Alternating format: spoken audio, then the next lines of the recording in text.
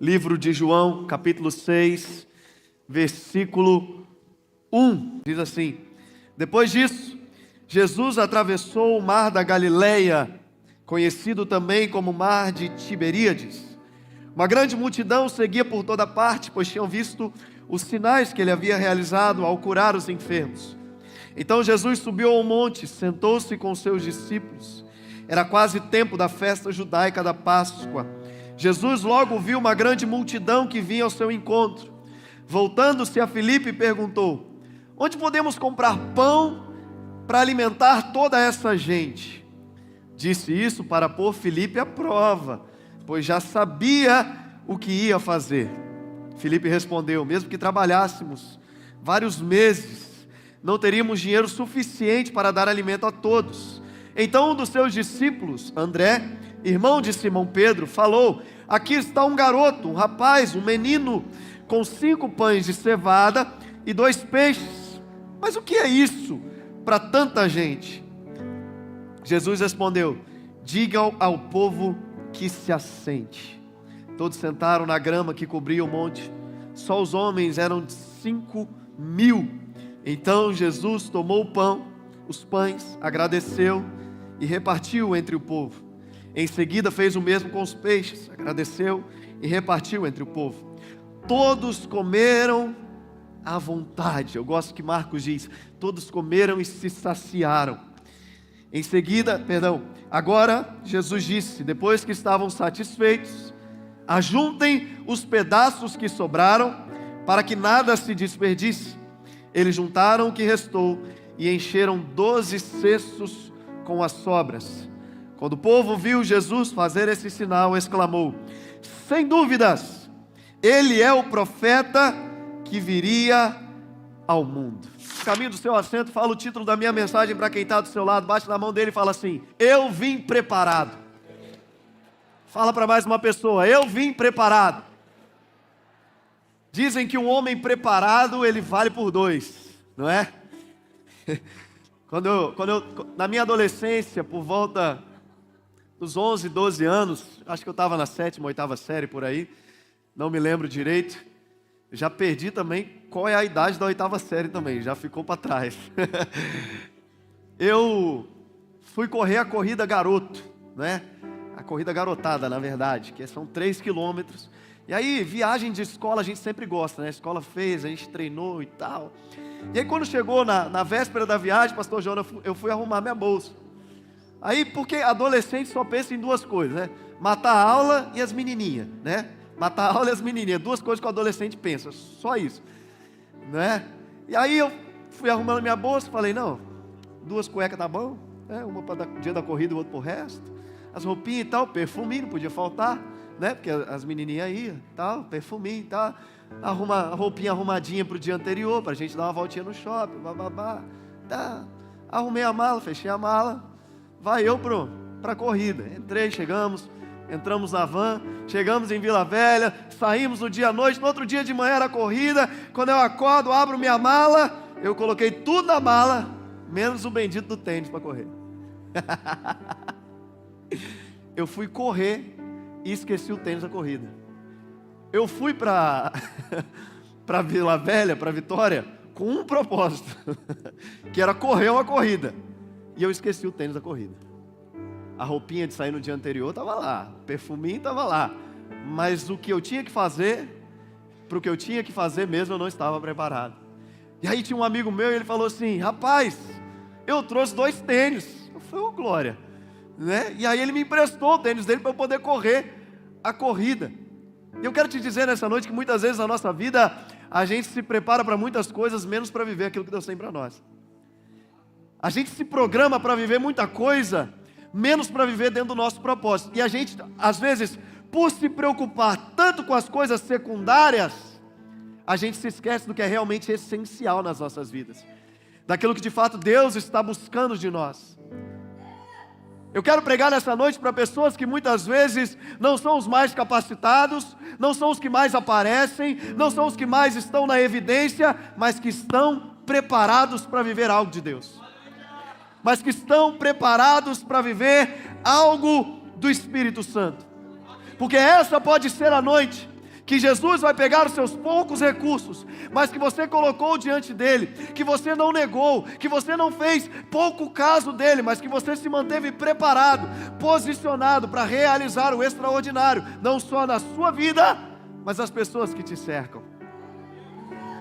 Eu quero te falar de um rapaz, de um menino, de um adolescente, mas que não era um adolescente igual a mim, pastor Jonas, que só queria saber de menininho e matar aula. Não. Quero falar de um adolescente preparado. Jesus, ele está na região da Galileia, e ele atravessa o mar. Já conhecido, notado por seus milagres, muitas pessoas vinham ter com Jesus. Eu imagino que a partir do momento que a notícia corre, esse menino ele vai até sua mãe e fala: mãe, prepara para mim uma cesta com os meus alimentos, porque hoje eu vou passar o dia inteiro ouvindo esse Jesus. Hoje eu vou passar o dia fora, eu vou atrás de Jesus, eu quero saber quem Ele é, eu quero conhecê-lo, eu quero viver, sabe, essa proximidade de Jesus, eu quero saber como é que é esse Jesus aí. E a sua mãe prepara para ele uma cesta. Traz minha cesta aqui. Melhor o pai, né, porque é o Tiago que vai me dar a cesta na mão. E o seu pai prepara uma cesta para ele. 5 pães e 2 peixinhos. Um almoço só para ele. Um almoço que foi dado, não era para ele alimentar ninguém. Imagina o pai falando: olha, meu filho, você é muito novinho, vai ter muita gente lá, você protege esse almoço seu, senão você vai passar fome, hein?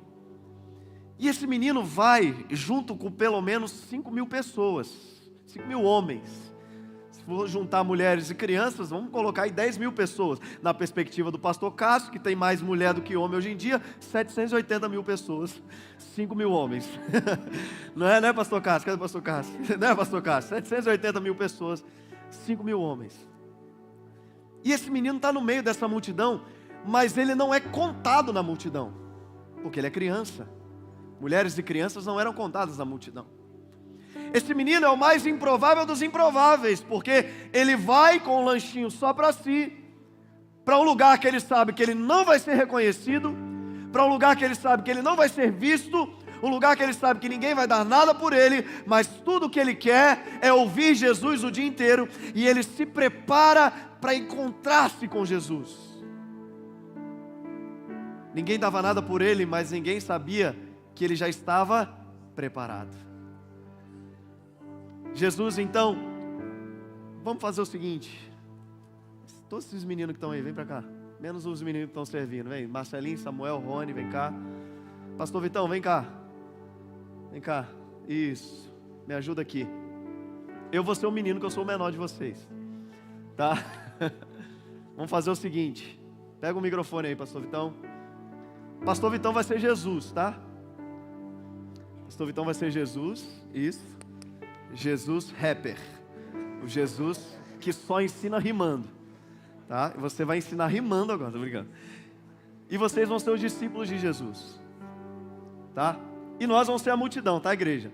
Nós vamos ser a multidão, e eu vou sentar no meio da multidão, porque eu sou o menino dos 5 pães e 2 peixes, tá? E vem uma multidão até Jesus, e esse menino, ele não é nem contato. Deixa eu sentar aqui, tem vaga aqui ainda? Obrigado, viu? Eu quero muito ouvir esse mestre ensinar. Ensina aí, mestre. Vai, ensina seus discípulos aí alguma coisa.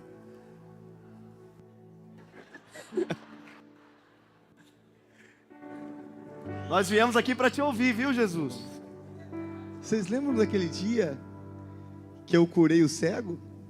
Vocês se lembram disso? Ele curou cegos, uau. Vocês lembram? Vocês lembram daquele dia que eu ressuscitei uma menina morta? Vocês se lembram daquele dia onde eu chamei os leprosos e eles foram curados? Uau. Mas somente um voltou para agradecer?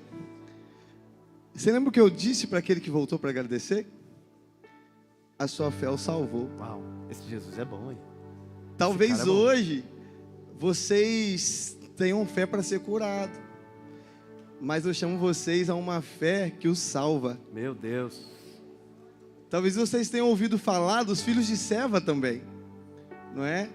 Que onde eles tentaram expulsar o demônio no Deus que Paulo prega, mas o demônio os espancou naquele dia. E a Bíblia diz que Jesus foi ensinando, e o tempo foi passando. Eu imagino esse menino, ele até esqueceu do almoço dele, porque ele podia em algum momento falar assim: uau, me deu fome, eu vou comer alguma coisa. Mas não. Das duas, uma. Ou ele se fascinou tanto com Jesus que ele se esqueceu de uma necessidade terrena, ou ele sabia que Jesus poderia usar o que ele tinha nas mãos. Era pouco, era só para ele, mas ele sabia que nas mãos de Jesus, Jesus podia fazer alguma coisa. Jesus, agora escolhe um Felipe aí e pergunta para Felipe. Fala para Felipe assim: onde que a gente vai arrumar pão para dar para esse povo? Felipe, onde a gente vai conseguir pão para alimentar toda essa multidão? Dá o microfone para Felipe agora. Fala assim: Senhor, nem se a gente trabalhar 1 ano a gente consegue. Senhor, nem se a gente trabalhar 1 ano a gente consegue. Eu imagino esse menino olhando para ver o que estava acontecendo e falando assim: ué, por que Jesus parou de ensinar? O que está acontecendo ali? Eu quero ouvir mais ensino, mas parece que tem algum problema. E o problema era a fome do povo, o problema era um povo necessitado que não estava preparado. E aí Felipe, ele acha que para alimentar esse povo, ele teria que trabalhar muito. Mas tinha um menino com recurso no meio da multidão, que ninguém imaginava, que ele sabia que para alimentar um povo, bastava botar seus recursos nas mãos de Jesus. Eu quero dizer para algumas pessoas aqui nessa noite que se sentem insuficientes, e que dizem assim: com o que eu tenho, eu não consigo alimentar minha família. Com o que eu tenho, eu não consigo liderar um ministério. Com o que eu tenho, eu não consigo abençoar pessoas. Eu quero dizer, não é sobre o trabalho que você vai ter para conquistar, é sobre colocar os seus recursos nas mãos de Jesus. Esse menino, ele faz questão de não comer seu lanche. Porque se alguma coisa acontecer, eu estou preparado. Eu estou pronto. Eu estou preparado. Agora, Jesus, manda os discípulos buscar, dá jeito. E um dos discípulos vai me encontrar aqui no meio da multidão. Nós precisamos dar um jeito de conseguir comida para toda essa multidão. Vejam o que vocês podem fazer por isso. Não vem os 3 me achar não, senão vai ficar muito armado. Procura um pouquinho. Isso aí. Quem vai ser André aí, irmão de Simão, que vai me achar? O que eles estão procurando? Não sei. Jesus ficou quieto, eles estão procurando algumas coisas. Não sei, o que será que eles estão... O que será que aconteceu? Será que a polícia vai dar baculejo na gente? Vai saber se a gente trouxe alguma coisa proibida para o meio da multidão? Boa noite, tudo bem? Boa noite. Tranquilo? Beleza? Eu vi que você tem 2 pães, 3 peixes aí. 2 não, 2 peixes. Senhor, eu conheço, mas são 2 peixes, ó, 1, 2, 3, 4, 5. Eu tô nervoso, né? Inclusive alguém mordeu meu... Acho que foi... Então, a gente tá precisando de alimento lá. Mas espera aí, você precisa do que eu tenho, mas é pouco. Mas quem tá lá em cima é Jesus. Mas é insuficiente. Mas pra você é pouco. Tem muita gente aqui, eu não consigo alimentar esse lanche, eu não consigo alimentar todo mundo com o que eu tenho aqui. Mas a gente acredita que na mão de Jesus esse que é pouco vai se tornar o suficiente. Eu quero dizer para você que chegou aqui nessa noite dizendo: o que eu tenho não é suficiente. O que eu tenho não vai alimentar. Eu não dou conta de ser um pai solteiro, uma mãe solteira. Eu não dou conta de levantar um ministério. Eu não dou conta. Deus não está procurando quem tem mais. Põe limpo aqui. Deus não está procurando quem tem mais. Deus não está procurando os melhores. Deus está procurando gente preparada. Por isso bate na mão de 75 pessoas e fala: eu estou preparado. Eu estou preparado. Eu estou preparado. Vamos lá. Se é Jesus chamando, então vamos lá. Eu vou trazer o meu pouco para Ele.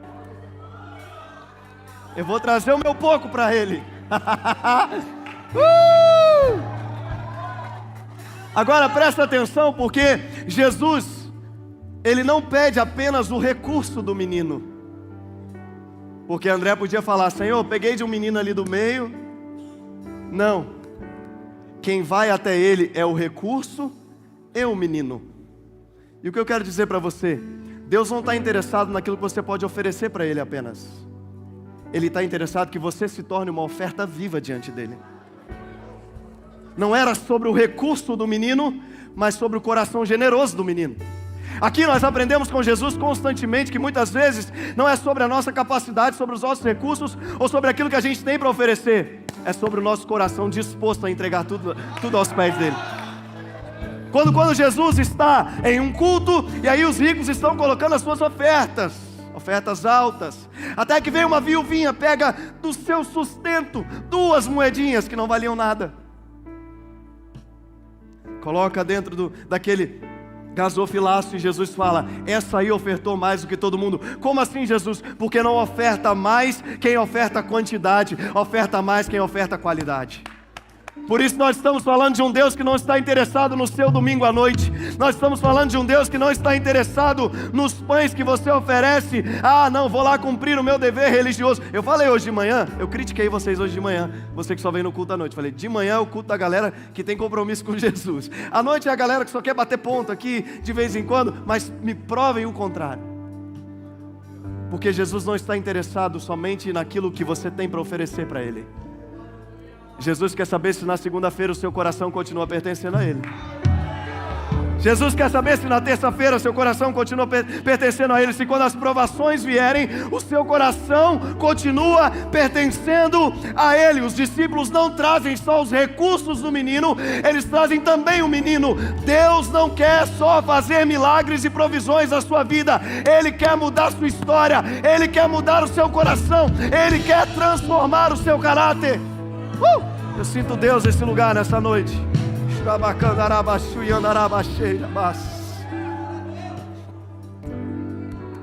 Jesus pega. Vai, Jesus, pega esse pão aí, esses peixes, e faz um agradecimento ao Senhor. Jesus agradece. E lembra que Filipe falou com Jesus assim: Jesus, nem se a gente trabalhasse meses a gente conquistaria. E com um ato de gratidão ao Senhor, Jesus transformou um trabalho de meses em uma provisão sobrenatural. Você não tem ideia do poder da gratidão. Você não tem ideia do poder de ter uma vida grata. Você passa o dia inteiro reclamando. Você passa o dia inteiro reclamando das coisas que Deus te dá, que Deus não te dá, que você tem, que você não tem. Você reclama do seu carro, você reclama da sua casa, você reclama do seu Instagram, você reclama de tudo. Mas eu quero te dizer, o que você está tentando construir por meses, a partir do momento que você colocar nas mãos de Jesus, com gratidão a Ele, o que seria construído em anos, Deus fará em segundos. É uma estação de aceleração do Senhor na sua vida.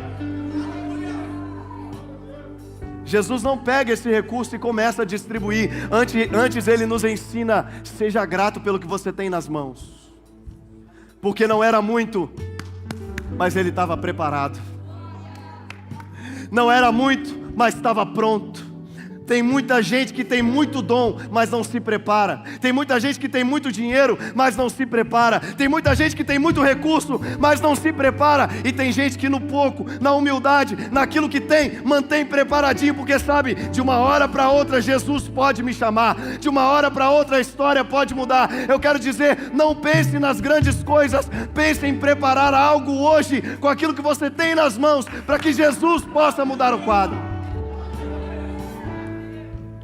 Quem diria que de um menino que não era nem contado na multidão, viria o alimento que alimentaria todo aquele povo? Quem diria que de alguém que era deixado de lado, quem diria daquele que era o último a ser escolhido nos grupos da escola porque não sabia falar direito, seria hoje um pregador do Evangelho? Quem diria que daquela que ninguém queria saber de nada, hoje está montando uma grande empresa? Quem diria que daqueles por quem ninguém dava nada, o Senhor fez tudo? Nem na sua casa acreditavam que você seria capaz de cuidar dos seus filhos, e hoje você é um pai e uma mãe exemplar. Na sua casa diziam para você que você não teria um emprego, que você terminaria igual fulano, igual o outro, perdido no vício, perdido em algum outro lugar. Aí o Senhor disse: não, é pouco, mas está preparado. Você chorou no canto, você internalizou aquilo no canto, mas você foi se preparando aos pés do Senhor. Você não desanimou, você permaneceu, você perseverou, e cada palavra que vinha, você prevalecia, e cada palavra que vinha, você permanecia. Aí você fala: Deus, eu não tenho muito para te oferecer, mas o Senhor está dizendo: mas está preparado. Tinha uma multidão, muita gente era melhor do que esse menino, muita gente era mais rica que ele, muita gente era mais velha, mais experiente, com mais maturidade. Muita gente cresceu numa família melhor do que ele, numa casa melhor do que a dele, mas só ele estava preparado. Por isso eu quero te dizer: se prepare para aquilo que Deus tem para você. Se prepare para aquilo que Deus tem para você. Não é um jargão de pastor de domingo à noite. Eu quero dizer, realmente, se prepare para aquilo que Deus tem para você. Ontem eu e o Vitão estávamos conversando no casamento que a gente foi, e a gente falou assim: rapaz, tem vezes que a gente é meio que pego de surpresa para dar umas palavras assim. E aí, pastor Jonas, vem no nosso inconsciente um negócio que a gente ouviu lá no primeiro ano do seminário pastoral. E aí vem uma chave, porque era pouco lá atrás, mas estava preparado. Talvez eu não estava preparado para agora, mas eu já vinha me preparando. Talvez o momento pode me pegar de surpresa, mas a história me conta de um preparo. Muita gente foi pega de surpresa com a demora de Jesus. Estou com fome, quero ir embora. É igual o pastor começa: pastor, 9h15, pelo amor de Deus, me libera. Começa a cozinhar na cabeça. Chegar em casa, tem aquele estrogonofe do almoço, uma saladinha, joga um azeite, tá bom. Esse menino estava preparado. Enquanto Jesus estiver falando, eu estou pronto. Se ele demorar, eu tenho um almoço aqui, mas eu não vou comer isso agora, porque eu sei que Jesus pode precisar do que eu tenho. E nada melhor para nos preparar do que o tempo. Esse menino aprendeu, porque ele podia usar os recursos dele, falar assim: vou me alimentar dos meus recursos. Mas ele esperou, pastor. Eu queria que você fosse Jesus, pastor Felipe. Ele falar: Jesus bombadão, né? Esse Jesus aí, sai de mim. Em nome de Jesus. Esse menino, ele aprende a discernir o tempo. Ele aprende o seguinte: eu estou com fome agora, mas eu sei que se eu esperar um pouquinho, Jesus pode não só saciar minha fome, mas a fome de muita gente. Eu quero te dizer nessa noite: se você aprender a discernir o tempo, o que era só para você vai se multiplicar em uma provisão para toda a sua casa. Se você aprender a discernir o tempo das coisas, que existe tempo para tudo, e que uma hora a porta vai se abrir, a oportunidade vai chegar. Você quer sentar, Vitor? Pode sentar lá. Pode me assistir de outra perspectiva, tá? Deixar aqui. Peixinho fritinho com limãozinho. Com o tempo nós aprendemos que Deus não faz nada no tempo errado. E nada melhor do que aprender a esperar nele, do que superar a fome de um desejo momentâneo e esperar nele, do que superar a fome dos projetos e sonhos que nós temos para nós e esperar os planos dele. Porque Deus muitas vezes não vai fazer o que nós queremos no tempo que nós queremos, mas nós precisamos aprender a estar preparados.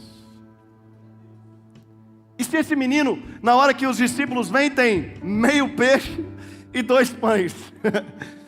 Porque eu não aguentei esperar. E quantos de nós deixamos de viver o extraordinário de Deus, porque não aguentamos esperar só mais um pouco? Se Deus não fez até agora, não vai fazer mais. O tempo é dele, a história é dele, tudo é dele. Ou você já se esqueceu de um Deus que fez Sara engravidar aos 90 anos? Ou você já se esqueceu de um Deus que fez Isabel engravidar na sua velhice? Ou você esqueceu de um Deus que até dos mortos Ele chama e eles vêm à vida? Muitas vezes o extraordinário, pega essa aqui, muitas vezes o extraordinário está no atraso de Jesus. Eu vou repetir, vou explicar um pouco melhor para você entender. Muitas vezes o extraordinário está no atraso de Jesus. Chega uma notícia para Jesus: Lázaro, seu amigo, a quem você ama, está doente. Marta e Maria pensaram: Jesus vai vir correndo para cá e vai curar Lázaro, porque Lázaro é amigo e porque Jesus pode. Jesus ainda fica uns dias ali e 4 dias depois ele chega em Betânia. E o nosso coração estaria muito como o de Marta e Maria. Ah, Senhor, se o Senhor estivesse aqui, meu irmão não teria morrido. E talvez você está vivendo esse tempo. Deus poderia ter agido um pouquinho antes. Deus poderia ter feito em outro tempo. Se Ele não fez, Ele não vai fazer mais. Se meu projeto não deu certo até hoje, não vai dar mais. Se meu ministério não se levantou até hoje, não vai se levantar mais. Mas eu quero te dizer, Deus ama os momentos quando para nós é tarde demais. Aí Jesus vai até o sepulcro de Lázaro. Senhor, já está fedendo, já fizeram 4 dias, Senhor, eu já entendi que não era o seu plano, eu já entendi que não era o que o Senhor queria. Abre o sepulcro. Não, Deus, não mexe nisso não, já está fedendo, já está num estado de decomposição. Abre o sepulcro. Lázaro! Vem para fora! Esse homem está doido. Ele está falando com os mortos. E a maior loucura foi ver o morto respondendo ao chamado de Jesus. Eu não estou falando essa noite para gente que está ainda com uma fagulha de esperança. Eu estou falando para gente que já morreu por dentro, dizendo: Deus não faz mais, Deus não cura mais, Deus não muda mais, Deus não vai realizar mais. Eu quero te dizer, Ele dá uma ordem às coisas mortas, e as coisas mortas têm que voltar à vida. E aí quando perguntaram para Marta e Maria, olhando para elas e vendo a alegria delas: o que aconteceu? Vocês não estavam chorando o luto? Aí elas disseram: Jesus atrasou. Jesus chegou tarde demais. E o que era uma cura se tornou uma ressurreição. Esse menino aprendeu a esperar. Eu não vou me alimentar disso agora, porque isso não é para agora. E aí quando Jesus chama, ele está pronto, ele está preparado, e ele vai até Jesus. Aqui está um rapaz, um menino, um ninguém, com 5 pães e 2 peixes, mas que adianta isso para tanta gente? Qual é a funcionalidade disso para tanta gente? Aí Jesus nem argumenta com os discípulos, ele vira para eles e fala assim: só manda todo mundo se sentar. Porque quando seus questionamentos chegam até Deus, Ele não vai argumentar com você, Ele só vai falar para você: descansa. Descansa. Que provação é essa, Senhor? Descansa. Que crise é essa, Senhor? Descansa. Manda todo mundo se sentar. Manda todo mundo descansar. Porque o recurso é pouco. O menino é improvável, mas na minha mão. O recurso é pouco. O menino é improvável, mas nas mãos de Jesus vai alimentar muita gente. O recurso é pouco. O lar que você cresceu é improvável, mas nas mãos de Jesus vai alimentar muita gente.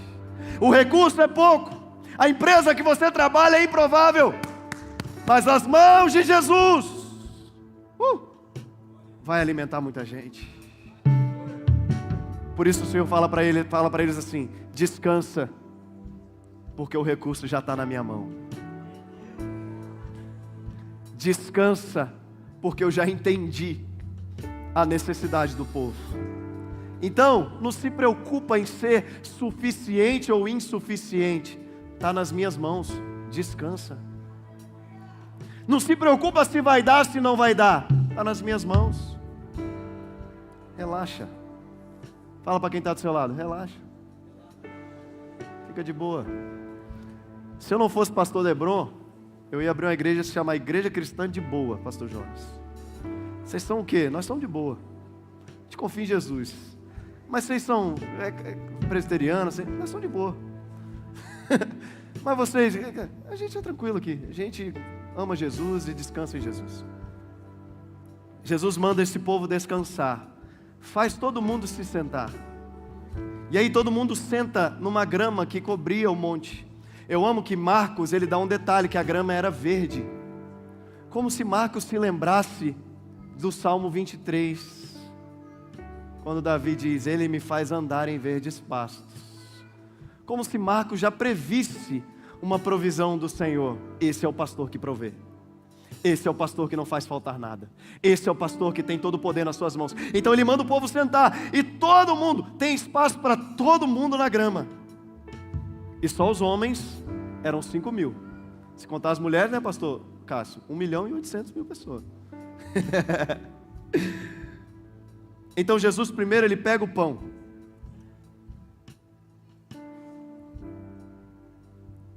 E presta atenção, porque é pouco. É pouco. Nas nossas mãos, o que é isso aqui, Deus? Que o Senhor me deu? Que Fusca velho é esse que o Senhor me deu? Te pedi nitidamente uma BMW X5. Que Fusca é esse que o Senhor me deu? Que famíliazinha é essa que o Senhor me deu, Deus? Que ministériozinho pequeno é esse que o Senhor me deu, Pai? Se fosse nas nossas mãos, era isso que a gente ia fazer. O que é isso aqui? São de brincadeira, né? Mas nas mãos de Jesus, Ele sabe que o que parece nada aos olhos dos homens é tudo o que os olhos do Pai precisam. Jesus ama os improváveis. Deus ama gente improvável. A palavra do Senhor diz que Ele levantou os loucos para confundir os sábios, os fracos para confundir os fortes, os que não são para confundir os que são. Deus ama os improváveis. Deus ama gente que ninguém dá nada. Deus ama gente que os outros olham e falam, mas esse aí vão matar em 15 dias, não vai resistir. O Senhor ama esse tipo de gente. O Senhor ama o pouco recurso. O Senhor ama as situações impossíveis. E Ele agradece e começa a repartir. Eu quero te ensinar um outro princípio nessa noite. Deus se dispõe a multiplicar tudo aquilo que a gente se dispõe a dividir. A partir do momento que você começa a multiplicar, a dividir, a partir do momento que você começa a dividir o que Deus te deu, Ele multiplica em você. Eu vejo muitas pessoas que pararam no tempo. Pessoas que na minha adolescência, grandes líderes que eu admirava, pastor Jonas. E que hoje eu olho para o que eles estão vivendo, e eles estão vivendo a mesma coisa, ou recuaram. E uma vez eu questionei o Senhor, eu falei, poxa, Deus, eram líderes tão exemplares. O que aconteceu? O Senhor falou, não se dispuseram a multiplicar, a dividir aquilo que eu entreguei para eles. Porque presta atenção, se Deus te enche e você não transborda para os outros, quando você encher, Ele para. Agora, se você decide transbordar, Ele não para de te encher. Lembra? Enquanto tem botija, tem azeite sendo multiplicado. Enquanto você está dividindo, Deus está multiplicando. Por isso não tenha medo de dividir o que o Senhor te entregou. Não tenha medo de abençoar os outros. Não tenha medo de multiplicar, de entregar aquilo que o Senhor está dando nas suas mãos. Não tenha medo de dividir aquilo que o Senhor colocou nas suas mãos. Não tenha medo de abençoar os outros. Jesus toma os pães e vai repartindo. Em seguida Ele faz o mesmo com o peixe. Ele pega os peixes e vai repartindo entre o povo. Agora você imagina a cena. Aquele menino observando, os discípulos distribuindo e Jesus dividindo. E Ele ia dividindo, Ele ia dividindo, Ele ia dividindo, Ele ia dividindo. Só que, Vitão, sabe o que é o mais lindo desse texto? E você é Jesus, você sabe disso? É que o mar da Galileia era o principal mar de pesca daquele lugar. Era um lugar notadamente conhecido por ter muitos peixes, pastor Jonas. Se eles queriam alimentar a multidão, Jesus poderia falar para os seus discípulos, habilidosos pescadores, para falar assim, faz o seguinte, eu vou continuar ensinando aqui. Vocês pescam os peixes lá no Mar da Galileia, porque lá tem abundância. Lá vocês vão pegar peixe para alimentar todo mundo.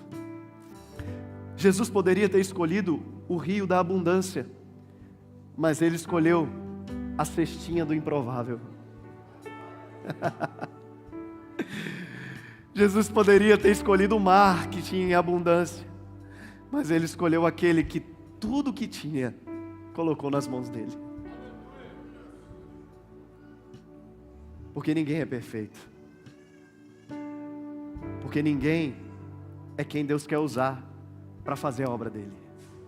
É gente que sabe que é insuficiente diante dele, mas mesmo assim não para de acreditar que ele pode fazer além das nossas capacidades. É gente que reconhece, presta atenção, Deus não quer gente que se acha bom não, irmão. Porque às vezes Deus nos levanta e a gente começa a se achar bom demais, a gente começa a se achar Mar da Galileia. Eu tenho em abundância, e Deus me deu, e tudo mais. Não, Deus quer aquele menininho, que sabe que é insuficiente, mas nem por isso deixa de se entregar totalmente nas mãos de Jesus. Por isso eu quero te dizer nessa noite, você não é insuficiente para Deus. Você é improvável, mas insuficiente não. O que você tem, Deus pode usar para alimentar muita gente. E o que era para ele comer, todos comeram à vontade. O que era para um, se tornou para todos. O que era de um, se tornou de todos. Esse é o poder daquilo que nós colocamos nas mãos de Deus. O que nós pensamos ser para nós, Deus começa a alcançar a outros. O que nós pensamos que era só para a gente, Deus começa a impactar a vida dos outros. Eu quero te dizer, muita gente vai sair daqui pensando, não, esse negócio de igreja é só para eu frequentar aqui, ali, sentar no meu banquinho, não falar nada para ninguém, mas não. O Senhor vai começar a multiplicar algumas coisas no seu coração, e as pessoas do seu trabalho vão começar a ser alimentadas por aquilo que você carrega, e as pessoas da sua família vão ser alimentadas por aquilo que você carrega. Eu quero dizer, chegou o tempo da multiplicação do Senhor na vida dos improváveis, e eu quero saber aonde estão os improváveis aqui nessa noite. Eu sou um improvável. Eu sou um improvável. Eu sou um improvável. Aí Jesus multiplica. E os discípulos vão distribuindo. Aí todo mundo come. Sabe quando você vai em festa de criança, Alex? Você come até você abrir o botão da calça assim. Todo mundo come e fica plenamente satisfeito. Aí Jesus manda recolher o que sobrou.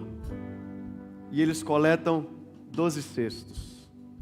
Agora, se só tinha um menino com um cesto de 5 pães e 2 peixes, onde estavam esses outros cestos que surgiram? Estavam lá, mas estavam vazios. Estavam lá, mas não estavam preparados. Eu quero te dizer algo nessa noite para a gente já partir para o final. Não adianta você estar aqui e não estar preparado. Não adianta você ser parte de um GA e não estar preparado. Não adianta você frequentar a igreja domingo após domingo e permanecer vazio. Mas hoje o Senhor levantou um improvável para pregar para você e para dizer, o seu cesto chegou aqui vazio, mas vai sair daqui cheio. O seu cesto chegou aqui vazio, mas vai sair daqui cheio. Você chegou aqui vazio, mas você vai sair daqui cheio da presença do Espírito Santo. O seu cesto chegou vazio, mas vai sair daqui cheio da presença do Espírito de Deus na sua vida. 12 cestos, um para cada discípulo. Toma, para vocês largarem de ser incrédulo. Para vocês aprenderem a acreditar que o Senhor pode fazer muitas coisas. O Senhor está dizendo para você nessa noite, o seu cestinho vai se tornar em testemunho para outras pessoas. O seu cestinho vai se tornar uma referência de provisão para muita gente que não acreditava, que achava que não daria. O seu pouco recurso vai começar a testemunhar para outras pessoas que nas mãos de Jesus toda a realidade pode ser mudada. A pergunta que eu tenho para você é: o que é que você tem aí hoje? Será que é um cesto vazio Ou será que é um cesto preparado? Ah, mas meu cesto é mais bonito do que o meu irmão. Não importa. Se está vazio, não importa. Porque não é sobre a beleza do cesto, o tamanho do cesto, a capacidade do cesto. É sobre o cesto estar pronto. Por isso, se prepare para viver uma estação de multiplicação do Senhor a partir dessa noite. Se prepare para viver coisas novas em Deus a partir de hoje. Se prepare para ver o poder de Deus tomar conta da sua casa.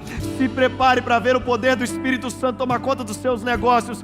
Se prepare, porque a partir dessa noite o Senhor está multiplicando recursos improváveis em lugares improváveis, através de pessoas improváveis. Se coloque de pé no seu lugar. Vamos orar nessa noite.